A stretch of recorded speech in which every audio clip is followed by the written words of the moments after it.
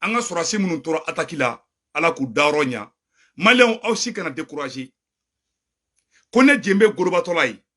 ni dundun faratola tɛ awa bara blatɔla de do l'armée malienne est en train de monter en puissance mais me kuma kelen fɔ aw ɲɛna u ye attaque mun kɛ n'u y'an ka surasi dɔw faga la malien o kana la décourager dɛ a ye da Assimi la ka da Choguel la maa si kana décourager kɛlɛ in kɔnɔna na fɛn bɛɛ b'a kɔnɔna na n'o de fɔ an na on est en train de an bɛ ka don guerre kura de kɔnɔna on appelle ça la guerre des alliances an ɲɛ tɛ niveau la to end the war malimaw n bɛna stratégie fɔ aw ɲɛna stratégie kura jumɛn bɛ yen nɔ sisan u bɛ ka Sahel de perdu sisan France bɛ ka Sahel de perdu a y'a remarqué dɔrɔn Bazoum ye terroriste ɲɛmɔgɔbaw bila Niger président a ye terroriste ɲɛmɔgɔbaw bɛɛ bila a tɛ hali semaine kelen bɔ sema mɔgɔw fana wulila rebelle minnu y'an ka surasiw da k'u kan tigɛ rebelle minnu n'u y'an ka surasiw da k'u kan tigɛ olu fana wulila ka mankan ci o ma tɛmɛ tɛnɛni tarata kan terroriste taara an ka surasiw ka kan attaquer a ye événement tugu cogo lajɛ ɲɔgɔn kɔ bani français y'u ka mɔgɔw labɔ français k'u ka mɔgɔ fɛn b'an ka ambassade la ko ka taga ka bɔ yen fɔlɔ o ye kelen ye a ye kuma in analyse ta k'a lajɛ dɛ c'est à dire que coïncidence dɔ de nana don ɲɔgɔn kɔnɔ en matière géopolitique ni i mago tɛ ka kalan dɛ i mago tɛ ka taa école la ka dɔn dɛ ko bɛɛ ye kɔlɔsili dɔrɔn de ne ta tɛ ko n bɛ ka n waso ni n ka kalan ye dɛ mais a y'aw sigi a ka kɔlɔsili dɔrɔn kɛ dɔrɔn a ma se ka taa école yɛrɛ la yɛrɛ c'est à dire que Niger présent o y'a ka terroriste ɲɛmɔgɔ bɛɛ bila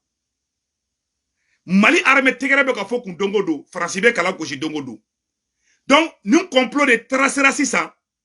ka Mali armée ka maliyɛnw na tigɛ Mali armée la ka yira maliyɛnw na k'a fɔ ko hali sini n'a ye mɔgɔ jugu ninnu ja u bɛ se ka taa Mali kanw ci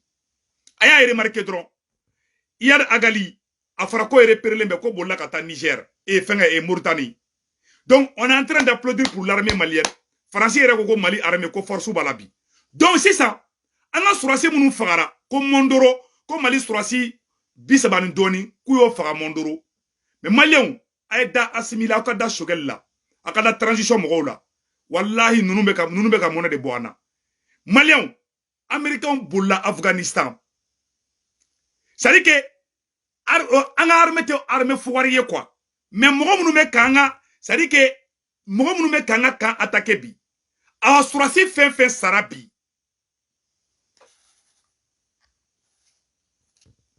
surasi fɛn fɛn sara bi a bɛɛ Faransi ka su de ni Faransi kun ma Libi ci an ka surasi kun tɛ faga gɛlɛya fɛn fɛn bɛ ka Mali sɔrɔ insécurité la bi Faransi ka faute de donner maliyɛnw tɛ dogo aw la dɛ ni Faransi kun ma taa Libi ci bi wala nin gɛrɛgɛrɛ kun tɛ bi anw kan Faransi de u marifa d'u ma Libi u kana Mali ci an b'a ɲini Mali jeunes fɛ Assimi y'a seko kɛ dɛ Assimi an ka juru t'i la bilen an bɛ Assimi fo Assimi ye hɔrɔnya kɛ f'a dan n y'a fɔ aw ɲɛna n ko Assimi y'a fɔli mun kɛ sisan nɔ Assimi y'a fɔli min kɛ sisan ko Faransi ka taga an minnu ye peuple ye anw de kan ka bɔ sisan nɔ ka marche tugu ɲɔgɔn kɔnɔ ni Mali jeunesse bɛ se bi u ka bɔ ɲɔgɔn kɛlɛw kɔnɔ u ka bɔ politique kɛlɛw kɔnɔ an bɛɛ k'an fara ɲɔgɔn kan an ka marchew boloda Faransi ka taga vite fait Faransi b'an fɛ yan a ma ɲi dɛ n b'o fɔ an ɲɛna bi dɛ Faransi yɛlɛma cogo ka ca Faransi taabolo ka ca mɔgɔ si t'a dɔn Faransi yɛrɛ ka agenda ye mun ye donc sisan a fɔra ko l'armée malienne est en train de monter en puissance donc il fallait que nin ko nin ka kɛ de walasa Mali armée bɛ se ka fɛgɛ cogoya min na rebelle bɛ ka couler ko ka accord d'Alger ko k'o passer rebelle bɛ ka i plaigner ok CEDEAO bɛ k'i plaigner Union africaine bɛ k'i plaigner Faransi yɛrɛ bɛ k'i plaigner o bɛɛ kɛra nin kunɲɔgɔn kelen in kɔnɔna na o ma tɛnɛ ni tarata bɔ an ka surasiw ka kan taara ci et puis u tatɔ la u y'an ka surasiw ka communication de tigɛ terroristes bɔ o machine bɔ yɔrɔ jumɛn ko an ka surasiw bɛ kuma taliki waliki min na ko k'o communication ko k'o tigɛ mais armée ye hélicoptère wuli ka avion wuli ka taga terroristes ninnu bunten k'u gɛn ka bɔ kan kɔnɔ u ma kan minɛ u ma kan yɛrɛ minɛ dɛ u balila an ka surasiw la de parce que an kun ma sigi n'a ye n'u kun bɛ se ka n'an ka armée contre la an ɲɛ bɛ fasoden dɔw la bi u bɛ k'o kɛ tɛgɛrɛ fɔ ko ye an ɲɛ bɛ fasoden dɔw la bi u bɛ k'o kɛ yɛlɛ ko ye mais a y'a bila aw kunna ni Faransi ka surasi sara Mali la ni Faransi surasi fagara Mali la yan nɔ Faransi opposant fara majorité kan a bebe wuli ka sukasi ke mais bi malien do be tigere fo la bi ko Asimi desera ko shu bora fambe malien do be ko kay nyagarla bodi mais ko bla wu kuna saya ban be soro saya bene segu tungara soro biu a bene soro sini ne ta do e mo be ka yele bi e mo be ka tigere fo bi ko Mali kan chira ko Asimi desera ke bo ke yele la koy e be sa biu e be sa sini wallahi ta do malien aka bla au kuna Mali ma président soro Modibo Keita ko fe ka tebe Asimi nka billahi be ka chien de fo ngena aka danga armée la an armée te foire de mo fo angena bi armée puissante les armées les plus puissantes du monde ou tara Afghanistan ou be bolay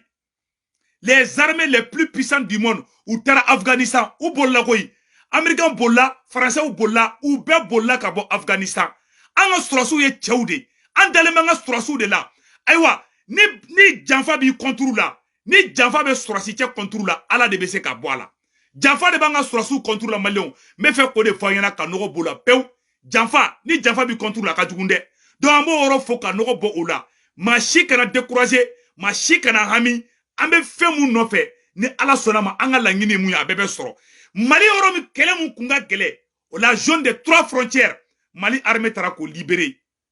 kle kelendro Mali armée la zone de 3 et puis ou yanga surasu attaquer yoro mina akera Mali ni Burkina frontière de là ou yanga surasu attaquer Mali ni Burkina de frontière là balimaw amake ko tara mogo attaquer yoro la de ou taranga surasu attaquer Mali ni Burkina de frontière là Mali ni Burkina frontière là ou taranga surasu de soro ku attaquer non ayere kan najede Afghanistan américain bolla non français bolla non donc anga surasu ma bolde ambo fana anga surasu te foire de Mali surasu te foire de Mali surasu ye chewde awandale be asimila Mali o mena kuma flana fana fo awnyena bekato anga transition ko mo shi gana bla kuna ko nyanga armée décelé anga armée ma décédé anga armée puissance de banga armée la mais kelega orala don bete dia mo la don bete se ka dia adama dena don do be guyaila don do be dia awla mais munu be ka bobi ka kayela ko ye akunu la me akunu ka video la je akan alu jabi adama den e bla kuna Horo yere wolo ni ka jamana atakira na ma digile kangi yere ni na ka soro yere wolo yi Franci ni Franci surasu sara Franci opposition Franci politicien fara président ka Franci opposition a politicien be a bebi franyo ka ku ka surasu su kasi ni horo nya e tie de ko de senjelo bolo jele mogo kebe Mali fe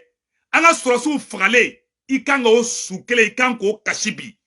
ni ye Malien ni surasi munu fagara Asimi ka surasu te an Malien an korona fanan baw de taranin kelekeyoro la oru de ni bora o ni ma boko Asimi koson de o ni bora e koson o ni bora Segu Tungara koson o ni bora Malien den bela jelen koson an be de kanga kashi nunu nga sayala awaz ninu fefe sara ni be farasika shude ni farasi kumata libiti wallahi ni gere kunte bi anka Malien anga to anga transition mogoko anga force soro anga détermination soro ansikana erekile ambega tigere fo Asimi nofe anga tigere fo armée malienne nofe armée malienne amba kobi armée malienne amba koshini au sikana décourager au sikana falanda wallahi ni te foye alamadiala ni bebala Francis surasu te fagala kerekero la irisu ka suratu te faga ikrena irisu ya surasi banani ani ko irisu ka ore sara ikren o ma chani malitaya semeni kele dro o sara o fagara irisu la amerika ga mogo joli sara Irak mogo ba wolo vlobe mogo batan o de sara Irak donc au shikana décourager ni te dien wuli koye armée baka bara de la janfa de wula armée contre la mais l'armée malienne est en train de monter en puissance mais kuma kele fana fo onyena ni adamade ni bali kerila et puis sayay a kera Mali ni Burkina de frontière là Mali ni Burkina frontière là ou taranga surasu ou tara barula di mais malien aw kana tige armée malienne na de ayda asimila aw kada armée malienne na ni ala sonama anga langini e munye abe soro mbora kan video ne ke ko fo onyena anga surasi munu sara ala ku daro nya anga surasi munu sara ala ka here ku bela jelenye ala ku sarake arjana ye malien dembe de kanga nunu su kashibi mo ngasi kana décourager de Asimi baka barala mbalibaw dombe te ja adamadena aw kana espoir perdu billahi ala aw kana espoir perdu jamban kuna no to ko président Asimi wallahi chedu Asimi yere teri chama fagara Asimi yere ngana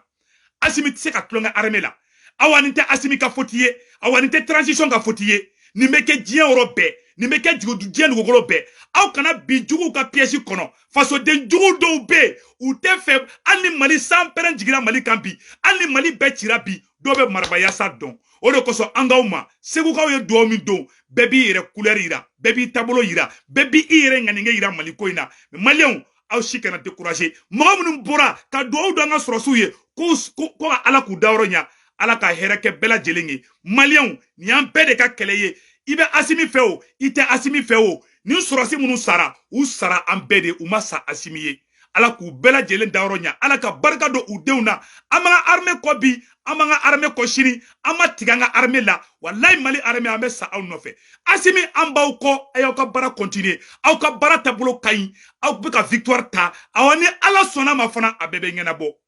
an b'o de fɔ bɛɛ lajɛlen ɲɛna mais gɛrɛngɛrɛn mun binna an kan Faransi de don dɛ n b'o fɔ a ɲɛna bi dɛ ne ni Segu Tunkara ɲininka bi n b'a fɔ Mali jeunesse ɲɛna hali bi an kana Faransi to ye dɛ an ka manifestation wɛrɛw kɛ tuguni Faransi ka ta ka bɔ an ka dugu la mɔgɔ si kana aw nɛgɛ k'aw bila distraction jeu wɛrɛw kɔnɔnaw la an bɛ ko kura min na bi o y'an ka jamana ka libéré de Asimi b'o sira de kan président Asimi wallahi je n'ai rien à vous reprocher i ka baara ka ɲi i y'an bɛɛ sago kɛ awa maliyɛn bɛɛ b'i ko Asimi Ala k'i ni CEDEAO bɛn Ala kana foyi k'i la Asimi Ala kana foyi kɛ Sogɛli la Ala k'aw bɛn o de kun don a k'an bɛn